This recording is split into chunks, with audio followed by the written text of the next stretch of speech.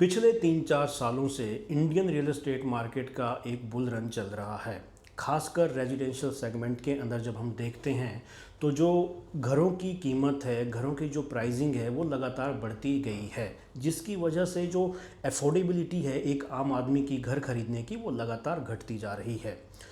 India में घर खरीदना सिर्फ़ और सिर्फ एक सिक्योरिटी को सिग्निफाई नहीं करता, ये सिग्निफाइज करता है एक सोशल स्टेटस को, एक अचीवमेंट को, जिसकी वजह से इंडिया के अंदर अगर आप इन्वेस्टमेंट प्रपोर्शंस देखें तो almost 77% of Indian house hold income goes into real estate. China के अंदर ये 62% है, यूएसए के अंदर ये 44% है और जर्मनी के अंदर ये 37% है।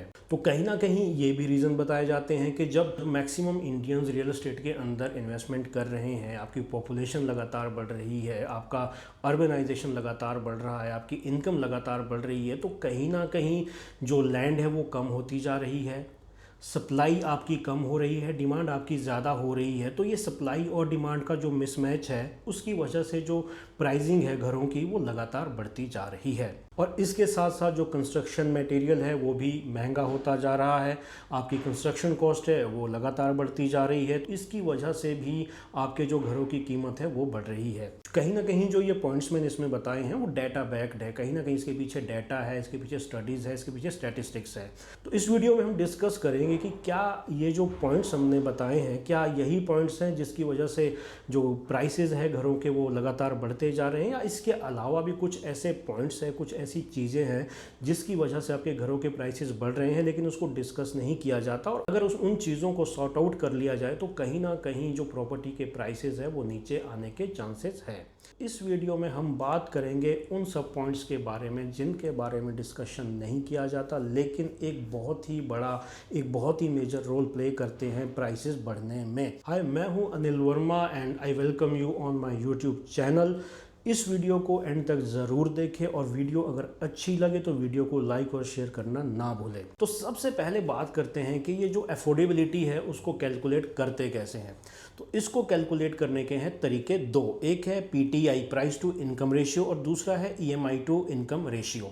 तो जो ग्लोबली एक्नॉलेज्ड बेंचमार्क है अफोर्डेबिलिटी का वो है 5, यानी कि अगर 5 या 5 से नीचे आपका बेंचमार्क रहता है किसी कंट्री का या सिटी का तो आपका जो घर खरीदने की अफोर्डेबिलिटी है वो कहीं ना कहीं अच्छी है। लेकिन अगर इससे ऊपर जाता है तो जो अफोर्डेबिलिटी है वो कहीं ना कहीं गिरती जा रही है। इंडिया की जब हम बात करते हैं तो जो यहाँ का इंडेक्स है वो है 11, तो जो ग्लोबली एक्नॉलेज्ड आपका बेंचमार्क है उससे कहीं ना कहीं यहाँ पे डबल हो चुका है। तो कहीं ना कहीं अफोर्डेबिलिटी यहाँ पे आपकी काफ़ी हद तक गिर चुकी है। जब हम इंडिया में सिटीज़ को एक्सप्लोर करते हैं तो जो मोस्ट अफोर्डेबल सिटीज़ हैं इंडिया के अंदर घर खरीदने के लिए वो है आपका चेन्नई और अहमदाबाद। यहाँ पे जो आपका अफोर्डेबिलिटी इंडेक्स है वो है 5.1, जो कहीं ना कहीं जो ग्लोबली एक्नॉलेज्ड बेंचमार्क है उसके आसपास है। जब हम बात करते हैं मुंबई मेट्रोपॉलिटन रीजन यानी कि एमएमआर की, तो यहाँ पे जो आपका अफोर्डेबिलिटी इंडेक्स है वो है 14.1। तो कहीं ना कहीं आपकी जो अफोर्डेबिलिटी है यहाँ पे आपकी काफ़ी कम होती जा रही है। जब हम दिल्ली एनसीआर की बात करते हैं तो यहाँ पर जो अफोर्डेबिलिटी इंडेक्स है वो है 10.1। जब हम कंट्री वाइज बात करते हैं तो जितनी भी डेवलप्ड कंट्रीज़ है वो चाहे यूएसए हो, जर्मनी हो, यहाँ पे जो आपका पीटीआई रेशियो है कंपेयर टू ग्रोइंग इकोनॉमी हमेशा कम ही मिलेगा। यूएसए में जो आपका पीटीआई रेशियो है वो है 3.6, जर्मनी के अंदर आपको यही रेशियो मिलता है 9%, चाइना का जो पीटीआई रेशियो है वो है 26%, बांग्लादेश का है 12.3%, श्रीलंका का है 29%। तो अगर इनसे कंपेयर करें जो ग्रोइंग इकोनॉमी है जिनके साथ हम compete कर रहे हैं तो उनसे जो हमारा अफोर्डेबिलिटी इंडेक्स है काफ़ी बेटर है। लेकिन कहीं ना कहीं जो ग्लोबली एक्नॉलेज्ड बेंचमार्क है उससे हम बहुत ऊपर निकल चुके हैं, जो ये दिखाता है कि अफोर्डेबिलिटी आम आदमी की बहुत कम होती जा रही है। जो दूसरा बेंचमार्क है अफोर्डेबिलिटी कैलकुलेट करने का वो है ईएमआई टू इनकम रेशियो। इसका बेंचमार्क है अगर आपकी सैलरी का 50% या उससे नीचे का आपको घर की किस्त देने में या घर की ईएमआई देने में, चुकाने में जाता है तो वो जो इंडेक्स है आपका अच्छा है। अगर उससे ऊपर आपका रेशियो जाता है तो कहीं ना कहीं वहाँ पे अफोर्डेबिलिटी जो है वो लगातार घटती जा रही है। जब हम इंडिया के अंदर सिटीज़ की बात करते हैं तो जो मुंबई मेट्रोपॉलिटन रीजन है MMR, वहाँ पे जो आपका ये इंडेक्स है वो है 116%, यानी कि जो वहाँ पे अफोर्डेबिलिटी है बहुत ज़्यादा गिर चुकी है। जब हम दिल्ली NCR की बात करते हैं या गुड़गांव की बात करते हैं तो गुड़गांव में यही इंडेक्स है आपका 62%। इसमें जो सबसे अच्छा इंडेक्स है वो है आपका चेन्नई और अहमदाबाद का, जो कि 41% है, जो आपका एक बेंचमार्क है 50% का, उससे भी नीचे है। तो यानी कि इन दो शहरों में जो घर की अफोर्डेबिलिटी है वो काफ़ी अच्छी है। तो अभी तक की वीडियो में आपको समझ आ गया होगा कि इंडिया के अंदर जो अफोर्डेबिलिटी है वो डेफिनेटली कम होती जा रही है, और कैसे कैलकुलेट की जाती है उसके बारे में भी हम जान चुके हैं।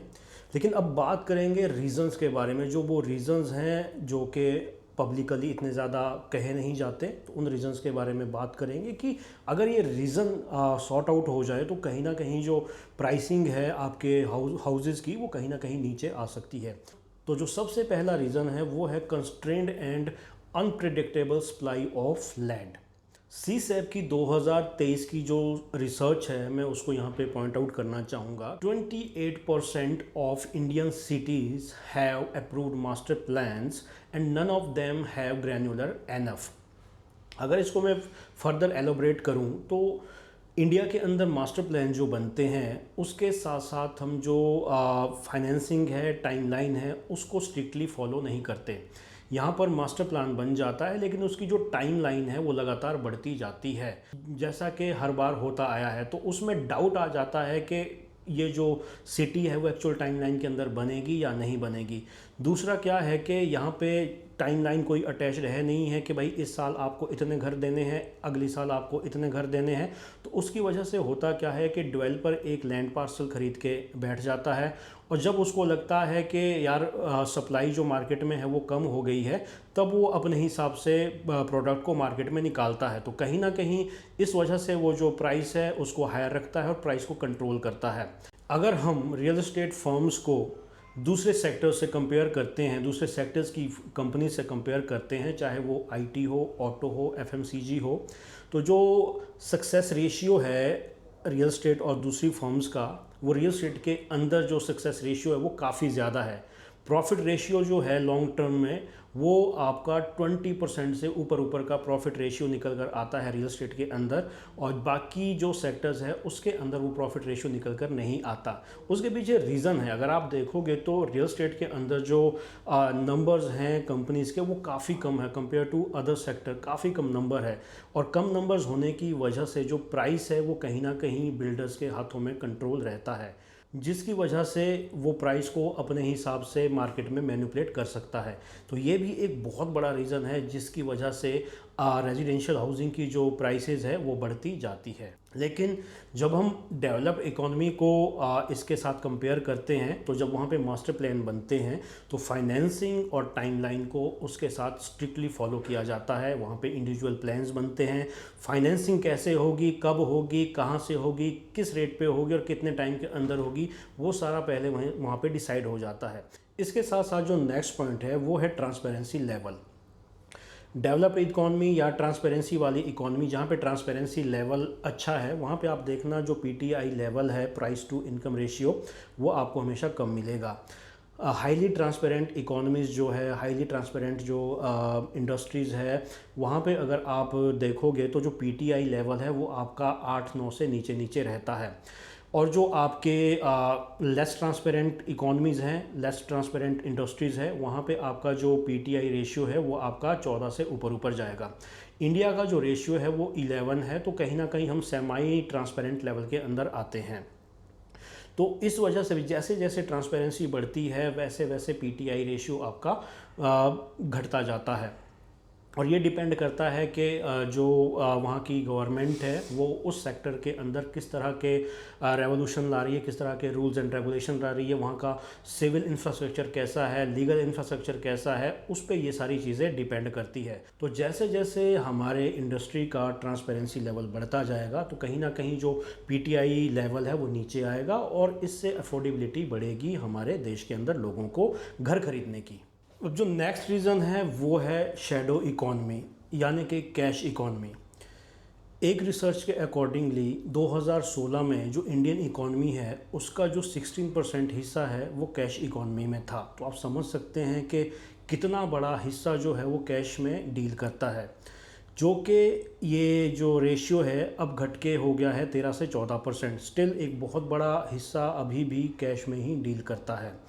अब जो इन्वेस्टमेंट के ऑप्शंस हैं वो चाहे आपका शेयर मार्केट हो, गोल्ड हो या दूसरे ऑप्शंस हैं, उसमें जो कैश है वो ना के बराबर है। अब वहाँ पे कैश नहीं डाल सकते। तो रियल एस्टेट ही एक ऐसा सेक्टर या एक ऐसा सेगमेंट है जहाँ पर कैश इकॉनमी सबसे ज़्यादा फ्लरिश करती है, सबसे ज़्यादा कैश जहाँ पर इन्वेस्टमेंट होता है। अब इसकी वजह से क्या होता है कि जब ज़्यादा कैश आता है तो उसकी वजह से मार्केट में एक डिस्पैरिटी क्रिएट होती है, जिसकी वजह से जो नया बायर है, जो एक एवरेज बायर है मार्केट के अंदर, वो या तो एंटर नहीं कर पाता या उस मार्केट में वो स्टे नहीं कर पाता। इस वजह से भी कहीं ना कहीं जो अफोर्डेबिलिटी है उस पर इम्पैक्ट पड़ता है। इसके बाद जो नेक्स्ट पॉइंट है, हो सकता है कि बहुत से लोग उससे एग्री करें और हो सकता है कि बहुत से लोग उससे एग्री ना करें। वो जो पॉइंट है वो है कि आज की डेट में maximum people are opting for buying residential home. अगर आप ईयर ऑन ईयर ग्रोथ देखें पिछले 30 साल के अंदर, तो रियल एस्टेट के अंदर जो ग्रोथ हुई है वो 9.3% के आसपास हुई है। अब उसी पीरियड के सिमिलर में अगर आप इन्फ्लेशन को काउंट करते हो तो इन्फ्लेशन आपका 6% के आसपास रहा है। गोल्ड के अंदर जो आपका प्रॉफिट रहा है ईयर ऑन ईयर इसी पीरियड के अंदर, वो आपका 9.2% रहा है और शेयर मार्केट के अंदर ये 13% रहा है। तो लोगों को ये लगता है कि यार जो इनकम है वो उस हिसाब से नहीं बढ़ रही है जिस हिसाब से रियल एस्टेट के अंदर घरों की प्राइसेस बढ़ रही हैं। तो it is better to buy home, so that कि अगर हम जितना लेट करते जाएंगे तो जो हमारी अफोर्डेबिलिटी है उतनी ज़्यादा घटती जाएगी। मैं आपको एक स्टैटिस्टिक्स बताता हूँ कि 1971 के अंदर जहाँ पर 53% people use to opt for renting, अब वो जो रेशियो है वो घटकर हो गया है 21% 2011 के अंदर, और ये फर्दर घटता ही जा रहा है। तो इस रीज़न की वजह से भी जो डिमांड है वो बढ़ती जा रही है, सप्लाई कहीं ना कहीं कंस्ट्रेंड है, तो ये भी कहीं ना कहीं अफोर्डेबिलिटी को घटा रही है और हाउसिंग के प्राइसेस को बढ़ा रही है। तो ये कुछ ऐसे पॉइंट्स थे जिनके बारे में डिस्कशन नहीं किया जाता ज़्यादा। जो डिस्कशन की जाती वो यही किया जाता है कि इंडिया एक ग्रोइंग इकॉनमी है, सैलरीज बढ़ रही है, पॉपुलेशन लगातार बढ़ रही है, अर्बनाइजेशन बढ़ रहा है, और सबसे बड़ी बात जी कंस्ट्रक्शन कॉस्ट बहुत ज़्यादा बढ़ रही है, और लैंड की जो कॉस्ट है, लैंड एक्विजिशन कॉस्ट है, वो भी बढ़ रही है। इस वजह से हाउसिंग की प्राइसिंग जो है वो लगातार बढ़ रही है। ये जो पॉइंट्स है वो बिल्कुल सही है, उसमें कोई दो राय नहीं है या वो कोई गलत चीज़ें नहीं है, लेकिन इनके अलावा भी कुछ ऐसे पॉइंट्स हैं जो बहुत ज़्यादा इम्पैक्ट करते हैं हाउसिंग के प्राइस को। तो वो पॉइंट अगर सॉर्ट आउट हो जाए तो कहीं ना कहीं आपकी जो अफोर्डेबिलिटी है वो डेफिनेटली बढ़िया होगी। तो आई होप कि आपको ये वीडियो अच्छी लगी होगी। आपके कोई कमेंट हो, if you want to share anything about these points, you are more than welcome. आप हमें कमेंट कर सकते हैं। और if you want to do any investment in Gurgaon, अगर आप गुड़गांव में कोई रेजिडेंशियल या कमर्शियल इन्वेस्टमेंट देख रहे हैं तो उसके लिए आप हमारे numbers which are mentioned on this YouTube video screen, उस पर आप कॉल कर सकते हैं। We will be more than happy to guide you. So this is all for today. If you have any query just call us. Thank you very much for your time.